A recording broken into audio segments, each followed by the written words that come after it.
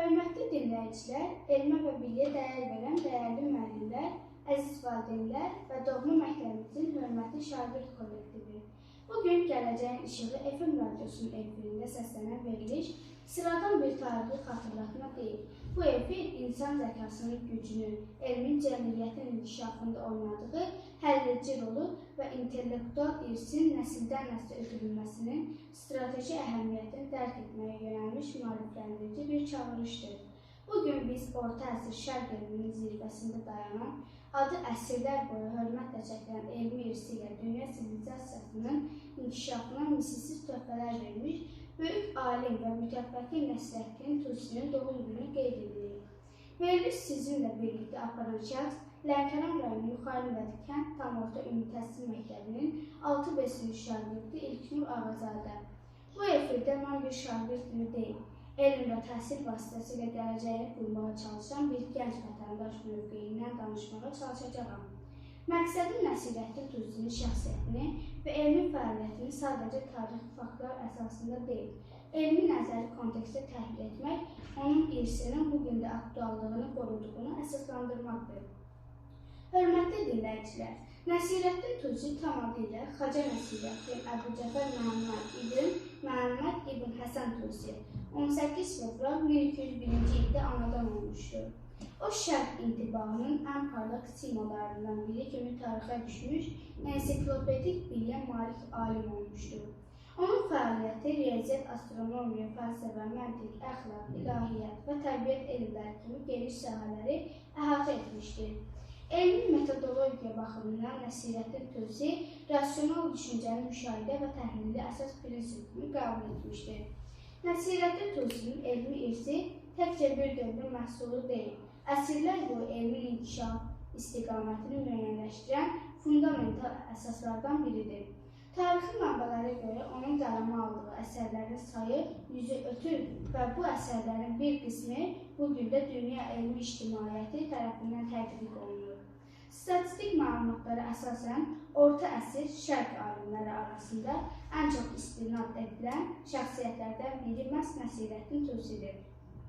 Hörmətli dinləyicilər, Nəsrəddin Tusinin astronomiya sahəsindəki fəaliyyəti xüsusi qeyd olunmalıdır. O, Marağa rəsədxanasının yaradılmasında həlledici rol oynamışdır. Marağa rəsədxanası 13-cü əsrdə yalnız şərqin deyil, bütün dünyanın ən qabaqcıl elmi mərkəzlərindən biri hesab olunurdu. Burada aparılan müşahidələr və hesablamalar sonradan Avropa astronomiyasının inkişafına ciddi təsir göstərmişdir. Elmi mənbələrdə qeyd olunur ki, Kopernikin heliosentrik sistemini aparan yolun elmi əsaslarında Nəsrəddin Tusinin riyazi modellərinin təsiri açıq şəkildə görülür. Riyaziyyat sahəsində Nəsrəddin Tusi trigonometriyanın müstəqil elm sahəsi kimi formalaşdırılmışdır. Bu yanaşma elmi klassifikasiyanın inkişafında mühüm mərhələ olmuşdur. Onun trigonometrik funksiyalarla bağlı irəli sürdüyü nəzəriyyələr bugün də riyaziyyat elminin temel anlayışları sırasında yer alır. Bu fakt elmin zaman və məkan sərhədlərini aşan universal mahiyyətini bir daha sübut edir. Əziz dinləyicilər, Nəsrəddin Tusinin fəaliyyəti yalnız dəqiq elmlərlə məhdudlaşmamışdır. O, fəlsəfə və əxlaq elminə də dərin töhfələr vermişdir. Onun əxlaq-ı nasiri əsəri şərq fəlsəfəsində əxlaq nəzəriyyəsinin sistemli izahı baxımından xüsusi əhəmiyyət daşıyır. Bu əsərdə insan davranışının sosial məsuliyyətlə əlaqəsi, cəmiyyətin sağlam inkişafında mənəvi dəyərlərin rolu, elmi əsaslarla izah edilir. Müasir etik nəzəriyyələrdə bu yanaşmalar aktual olaraq qalır. Nəsrəddin Tusinin elmi fəaliyyətinə diqqət çəkən əsas cəhətlərdən biri də biliklər arası yanaşmadır. O, elmi sahələrini bir-birinə təcrid etməmiş, əksinə onların qarşılıqlı əlaqəsini göstərmişdir. Bu yanaşma müasir elmdə interdisipliner yanaşma kimi tanınan anlayışın erkən nümunələrindən biridir. Bu fakt göstərir ki, Nəsrəddin Tusi yalnız öz dövrünü deyil, gələcək elmi düşüncənin də əsaslarını formalaşdırmışdır. Hörmətli dinləyicilər, Nəsrəddin Tusinin irsi bugün təhsil sistemində elmi düşüncənin formalaşdırılması baxımından xüsusi əhəmiyyət daşıyır. Onun elmi fəaliyyətini nəzər saldıqda məqsədyönlü təhsil sistemi araşdırmaq və intellektual intizam anlayışlarının nə qədər vacib olduğu aydın şəkildə görünür. Bu prinsiplər müasir təhsilin də əsas sütunlarıdır. Bir şagird kimi mənim üçün Nəsirəddin Tusinin həyatı və fəaliyyəti bir nümunədir. Bu nümunə göstərir ki, bilik yalnız fərdi inkişaf vasitəsilə deyil, həm də cəmiyyətin tərəqqisinin əsas şərtidir.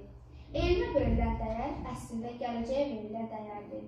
Bugün dünyada elmin inkişafının statistik göstəricinə baxdıqda, təhsilə və elmi tədqiqatlara investisiya qoyan cəmiyyətlərin daha qaranlıqlı və inkişaf etmiş olduğu aydın görünür. Nəsirəddin Tusinin irsi isə bizə sübut edir ki, bu həqiqət əsrlər əvvəldə dərk olunmuşdur. Əziz dinləyicilər, Nəsirəddin Tusinin həyat yolu bizə öyrədir ki, elmi fəaliyyət yalnız bilik toplamaq da deyil. Yalnız zamanda məsuliyyətli mövqe cəmiyyət qarşısında borc və mənəvi öhdəlikdir. Onun elmi irsi bugün də gənc nəslin tənqidi düşüncə qabiliyyətinin formalaşmasında mühüm rol oynaya bilər. Bu öfürdə səslənən fikirlər bir daha göstərir ki, elm və təhsil milli inkişafın əsas dayaqlarıdır. Nəsirəddin Tusinin adı isə bu dayaqların möhkəmliyinin rəmzidir. Onun irsi bizi ümid verir ki, bilik və zəka ilə silahlanmış cəmiyyətlər hər zaman irəliyə doğru adımlaya bilir. Gələcəyin işığı FM radyosunun efirdən səslənən bu verilişi dinlədiyiniz üçün hər birinizə təşəkkür edirəm. Mən 6 sinif şagirdi İlknur Ağazadə olaraq belə böyük elmi şəxsiyyətlərin irsinin təbliğində iştirak etmək böyük məsuliyyət və şərəf hesab edirəm. Nəsirəddin Tusinin zəngin elmi irsi qarşısında dərin ehtiramını bildirirəm. Bu irsin gələcək nəsillərin intellektual inkişafına, işıq saçacağına sarsılmaz inanımı ifadə edirəm. Diqqətinizə görə sağ olun. Efirimiz burada başa çatır.